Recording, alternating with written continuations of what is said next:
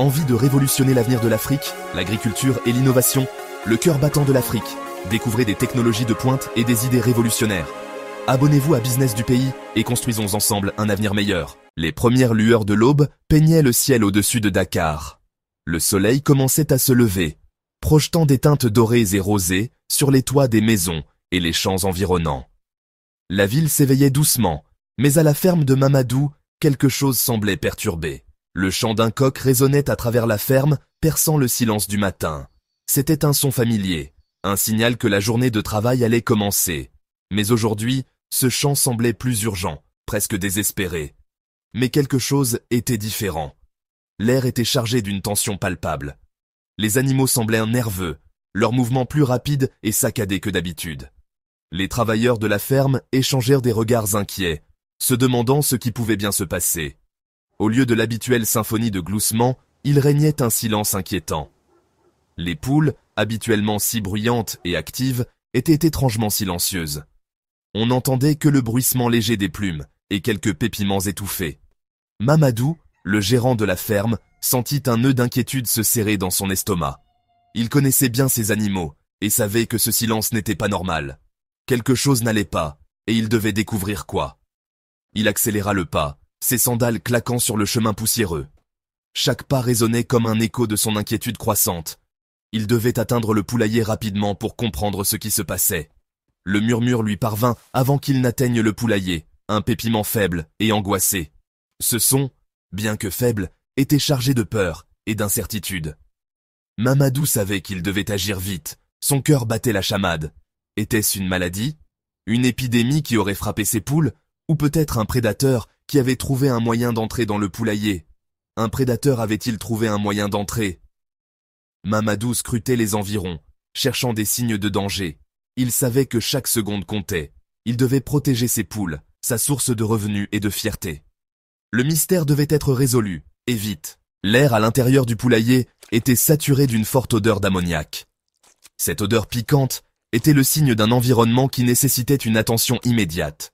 Mamadou, le fermier, savait que chaque matin commençait par cette même routine. Il prenait une profonde inspiration, malgré l'odeur, et se préparait mentalement pour la journée à venir. Mamadou grimaça, mais n'hésita pas. Il savait que la santé de ses poussins dépendait de sa diligence. Chaque jour, il affrontait cette odeur avec détermination, car il comprenait l'importance de maintenir un environnement propre et sain pour ses animaux. L'hygiène était primordiale, surtout avec des poussins vulnérables. Les jeunes oiseaux étaient particulièrement sensibles aux maladies et un environnement propre était essentiel pour leur survie. Mamadou et son équipe prenaient des mesures strictes pour s'assurer que chaque coin du poulailler était désinfecté et prêt à accueillir les nouveaux arrivants. Lui et son assistante, Fatou, s'activaient méthodiquement. Chaque tâche était exécutée avec précision et soin. Ils savaient que leur travail du matin déterminait la santé et la productivité de la journée. Ensemble, ils formaient une équipe efficace, chacun connaissant son rôle et ses responsabilités. La litière usagée, maintenant humide et souillée, était ramassée dans des brouettes. Cette tâche, bien que répétitive, était cruciale pour prévenir la propagation des maladies.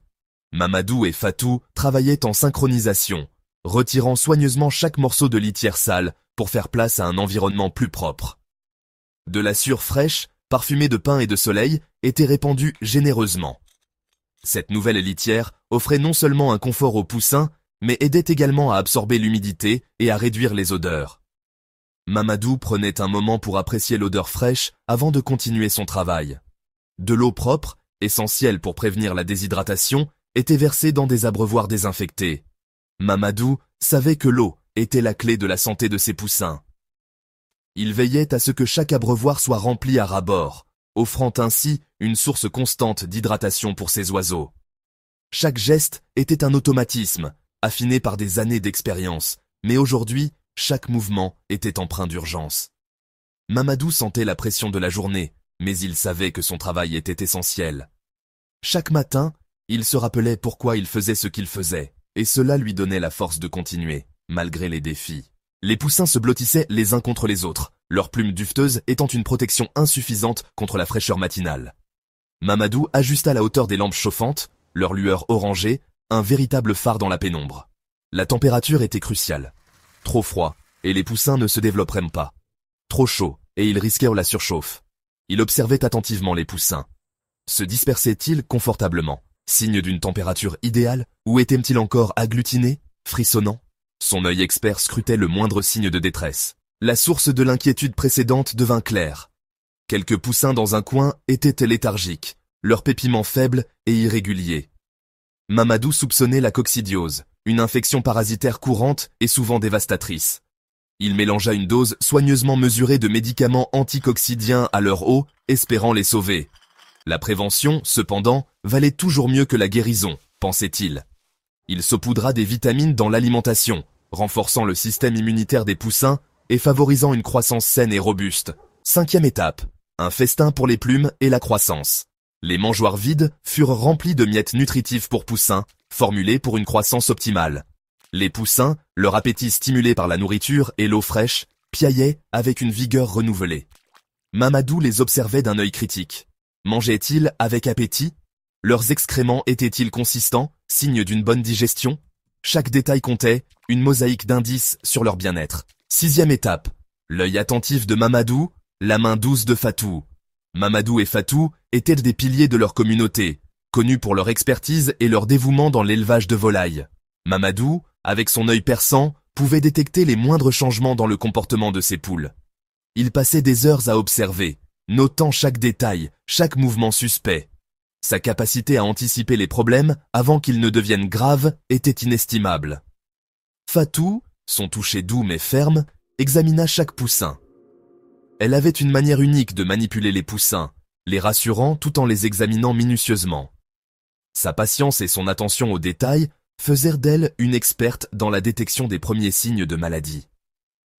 Chaque poussin qu'elle touchait semblait se calmer instantanément, comme s'il savait qu'il était entre de bonnes mains. Elle avait le don de repérer les signes les plus subtils de maladie, une aile tombante, une plume ébouriffée. Fatou savait que ces signes, bien que minimes, pouvaient indiquer des problèmes plus graves. Elle notait chaque observation dans un carnet, partageant ses découvertes avec Mamadou. Ensemble, ils discutaient des meilleures actions à entreprendre pour assurer la santé de leur troupeau. Ensemble, ils formaient une équipe formidable, leurs connaissances combinées, un bouclier contre les menaces invisibles qui rôdèrent dans l'ombre. Leur collaboration était basée sur la confiance et le respect mutuel. Mamadou apportait son expertise en observation, tandis que Fatou complétait avec son toucher délicat et son intuition. Ils savaient que leur succès dépendait de leur capacité à travailler ensemble, à combiner leurs forces pour le bien-être de leurs poules. Leur dévouement allait au-delà de la simple économie. Pour eux, l'élevage de volailles était une passion, une vocation. Ils comprenaient l'importance de chaque vie qu'ils avaient, sous leur responsabilité. Chaque poule en bonne santé représentait non seulement un revenu potentiel, mais aussi une source de nourriture pour leur communauté. Leur travail acharné et leur engagement étaient reconnus et respectés par tous. Ils comprenaient que chaque poussin représentait la subsistance d'une famille, une source de protéines, un pas de plus pour s'éloigner de la faim. Leur travail ne se limitait pas à leur propre ferme, ils partageaient à leurs connaissances avec d'autres agriculteurs, aidant à améliorer les pratiques d'élevage dans toute la région. Mamadou et Fatou étaient plus que des éleveurs de volailles. Ils étaient des gardiens de la sécurité alimentaire, des champions de la résilience communautaire. 8e étape, plus que des poulets. Alors que le soleil montait plus haut, baignant le poulailler d'une lumière chaude, une vague de soulagement submergea Mamadou. La crise, quelle qu'elle soit, avait été évitée. Les poussins, piaillants et picorants, témoignaient de leur résilience, du délicat équilibre de soins et d'attention qu'ils requéraient. Pour Mamadou et Fatou, c'était plus qu'une simple routine. C'était un partenariat, une danse quotidienne avec la vie et la mort, jouée au cœur d'une humble ferme avicole africaine.